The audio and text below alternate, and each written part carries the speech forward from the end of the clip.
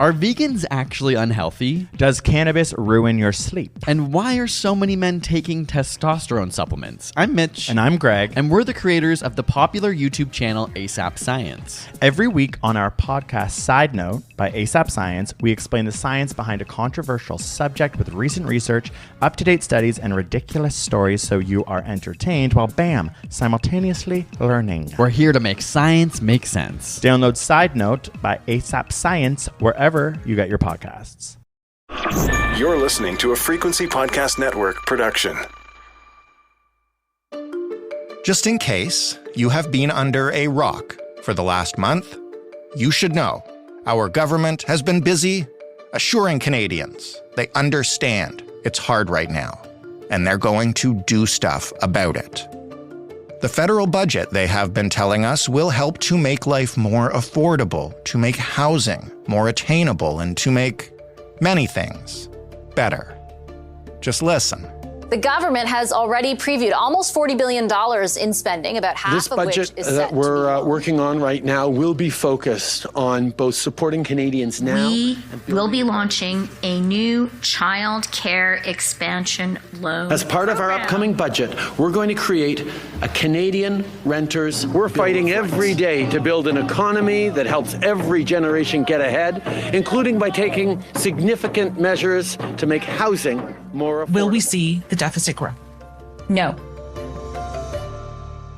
It is one thing to tease what is in an upcoming budget and to tell Canadians how awesome you think all those things will be. It is another to actually deliver those things, to produce the numbers and the details and have people like economists dig into that and determine how much of a difference your super awesome budget will actually make to Canadians who are struggling to pay the bills. Yesterday, that bill came due, the budget came out. And today, we'll find out, is this budget going to help you? Where and how much?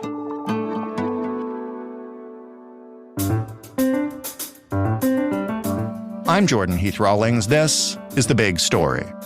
Jim Stanford is an economist and the director of the Center for Future Work. He is somebody we call when we need to translate big economic terms into things that impact people's wallets. Hey, Jim. Jordan, how are you?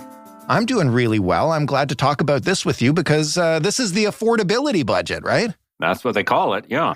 Let's start with this then. They've been saying that and promising affordability help in this budget for at least a month now as they've kind of made announcements here and there. But before we get into specifics, broadly speaking, how would you grade this budget for the average Canadian who is struggling with their bills right now?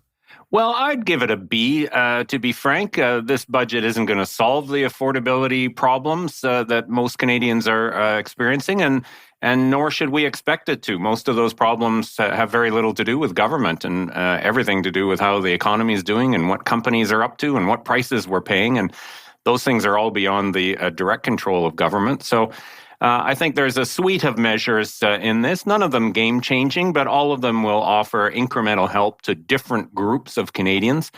And taken as a whole, I think this budget will make an important positive difference. We'll get into what those things are, but first, you said nothing in here was a game changer. Was there one bigger thing that maybe stood out to you as something that Canadians will really feel in their finances, either positive or negative?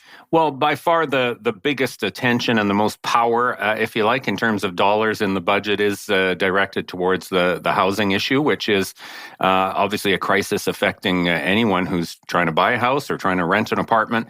Across the country, we've just seen a terrible upsurge in housing costs. So there's, really 15 to 20 different measures under that umbrella. And all told, it's, I would say, a generational intervention by the federal government in an area that isn't, typically seen as federal jurisdiction. But the government heard that Canadians are very upset about housing and worried about it for themselves and their kids.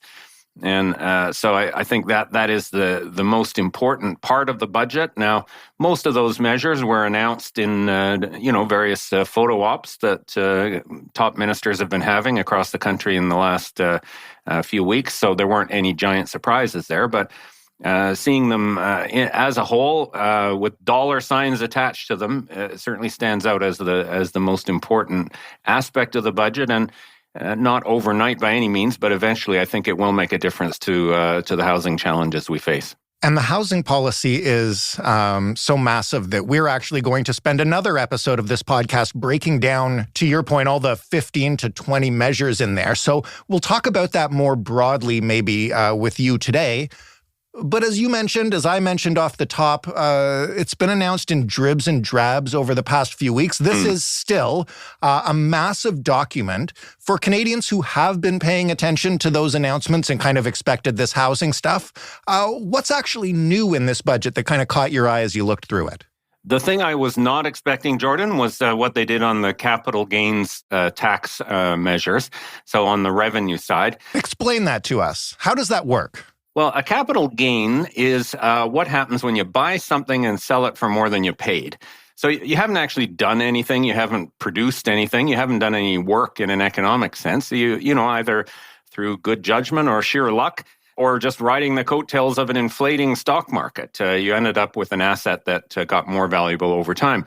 In fact, Jordan, if you want to play derivatives, you can actually get a capital gain out of a falling market if you short a stock and end up with more money at the end that way. So the idea is that right now we've got an incredibly favorable system that preferences capital gains as a form of income. We have a partial inclusion system where people who make capital gains, and the vast majority of capital gains are captured by very high income people, they only have to declare half of that gain on their income tax, which is a sweet deal. You know, if you flip burgers for a living at McDonald's, all of your income counts on your income tax.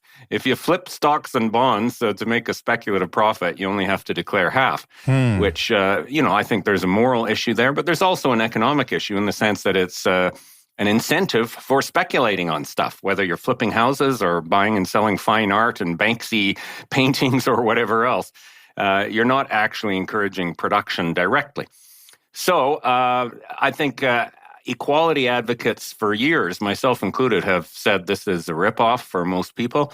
It's a very concentrated benefit that's captured by high-income people, and the government now has decided this is the moment to try and roll back some of that. So with some exceptions, they're going to change that inclusion rate from 50% to 66%, two-thirds instead of half. That's frankly lower than it used to be. We used to have a 75% inclusion rate in Canada. And the first million and a bit of capital gains over your lifetime are tax-free, and that will continue. And so the 66% rate will only apply to people who get over $250,000 capital gains in a given year.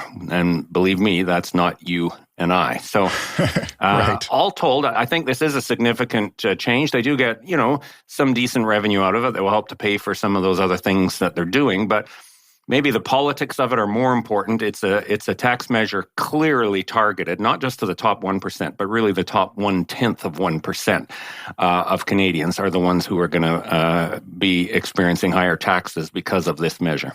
How do you think that's going to go over in the business community and with large income Canadians? I think it's already, as we speak on Tuesday night, the most controversial thing in this budget.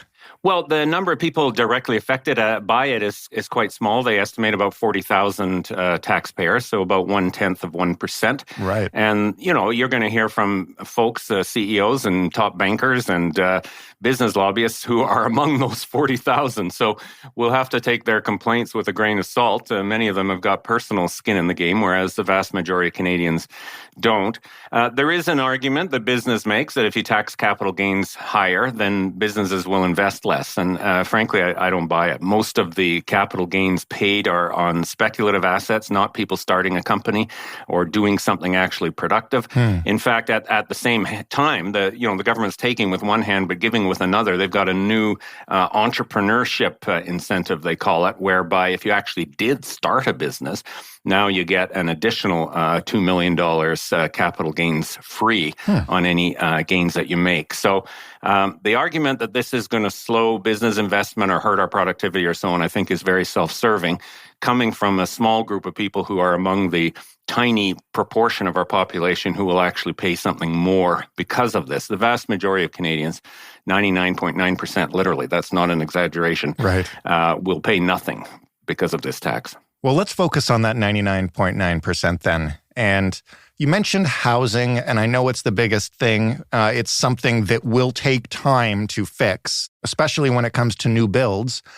What are some things in this budget that people will notice in the short term, in the sort of months to a year out of this? Yeah, the housing measures, by and large, you won't notice. There's a couple of changes to some of the mortgage lending rules that people will be able to take advantage of quickly, but I don't think those will have much impact. And the bigger programs like loans for apartment building and using Canada lands, that is federally owned lands to build new housing on, or an idea I thought was really creative is they're going to spend $1 billion over 10 years to convert federal office buildings into housing. You know, with the work from home phenomena and so on, there's a glut of office space out there. Right. And there's growing interest in converting them to apartments. So there's the federal government itself getting in on that. So all of those, I think, are encouraging, but they are going to take years. The things on the affordability front, Jordan, that I think people will feel more quickly will be some of the, I would say, sort of social program innovations that we're seeing. We've heard about the pharmacare program, that there is money now in the budget for that. So 2 drugs initially, birth control and diabetes drugs, will be provided free through that. So that's interesting, and that's going to hit millions of Canadians. The dental care thing that's rolling out will soon cover 9 million Canadians. The disability benefit, the Canada Disability Benefit, which has been talked about for a few years, finally has some money in it. Not a whole lot. It's going to be $200 a month for people with a disability that prevents them from working. But I think that's a step towards something that can be expanded down the road and will help us eliminate poverty among people with disabilities. So I think those are some of the things that we'll start feeling. And no single one of them is a magic bullet, but taken together, most Canadians will get something from one of those new programs. And I think that will be interesting and certainly ease a bit the cost of living challenges that people are feeling.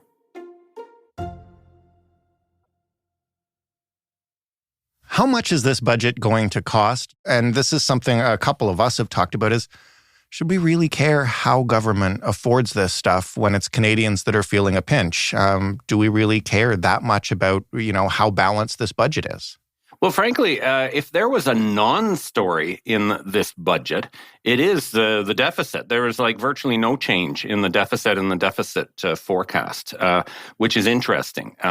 Despite the spate of new programs that the government has announced in recent weeks and, a couple of new ones in the budget today, no change in that deficit profile. And that's partly because of the new revenue that will come in from the capital gains tax that I mentioned. And they've also got higher tax on tobacco and vaping products. That's kind of chump change in the big picture.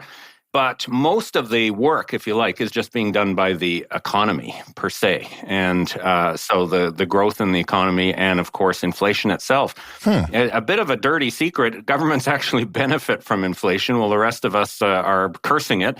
Government revenues in an inflationary environment like now tend to increase a bit faster than their expenses. And we have seen, I think, through a combination of stronger than expected economic performance. Many economists expected a recession this year, but that hasn't happened. And the forecast in the budget doesn't expect one. And they see growth picking up next year, which is a good sign.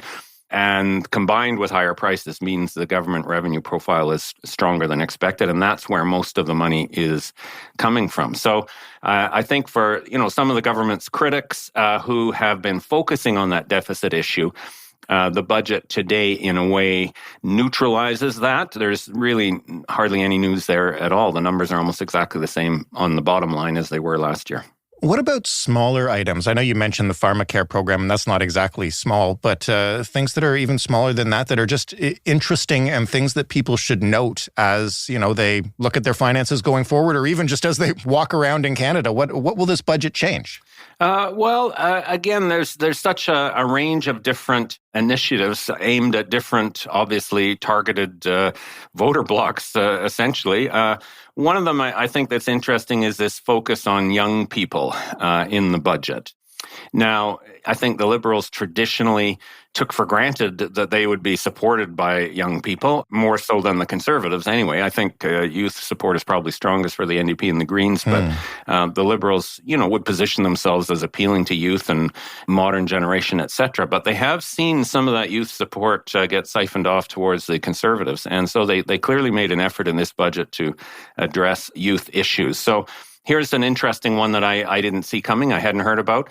An initial $500 million for a youth mental health program to try and get extra support for young people to access mental health services. Anyone who's had someone in their family with mental health challenges knows how hard it is to get counseling support or medical support and other types of help during a terrible time. So that's an interesting initiative.